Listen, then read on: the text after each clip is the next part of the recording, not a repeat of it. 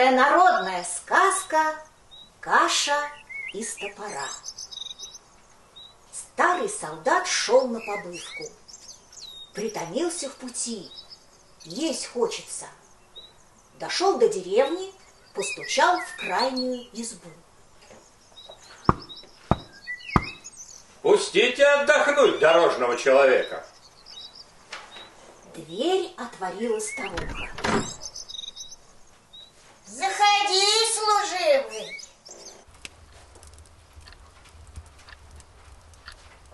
А нет ли у тебя, хозяюшка, перекусить чего? У старухи всего вдоволь, а солдата поскупилась накормить, прикинулась сиротой. Ох, добрый человек, и сама сегодня еще ничего не ела, нечего. Ну, нет так нет. Солдат говорит. Тут он приметил под лавкой топор. Коли нет ничего иного, можно сварить кашу из топора. Хозяйка руками всплеснула.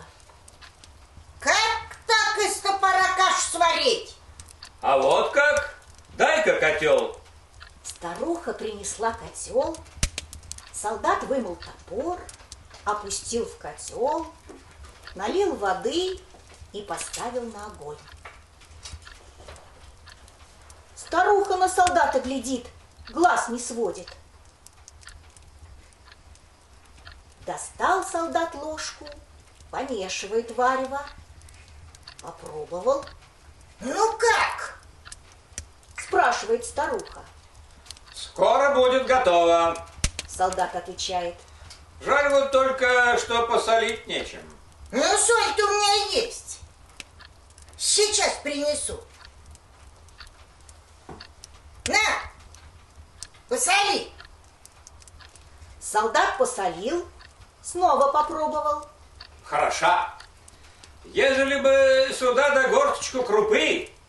Старуха засуетилась. Ага, сейчас. Ага, ну-ка. Так, где у меня крупа? Ага, ну-ка. Вот. Ну-ка. Ага. Бери. Заправь как надо, давай. Заправил варево крупой. Варил, помешивал, попробовал. Глядит старуха на солдата во все глаза, оторваться не может. Ох, и каша хороша! Облизнулся солдат. Как бы сюда чуток масла, было бы и вовсе объедение. Сейчас принесу. Сейчас. Интересно, каша из топора. Ну-ка, на-ка. На. Сдобрили кашу. Ну, старуха, теперь подавай хлеба, да принимайся за ложку. Станем кашу есть. Вот уж не думала, что из топора такую добрую кашу можно сварить. Ой, вкуснота. Поели вдвоем кашу. Старуха спрашивает. Служивый, а когда ж топор будем есть? Да лишь он не уварился. Отвечает солдат. Где-нибудь на дороге доварю, да позавтракаю.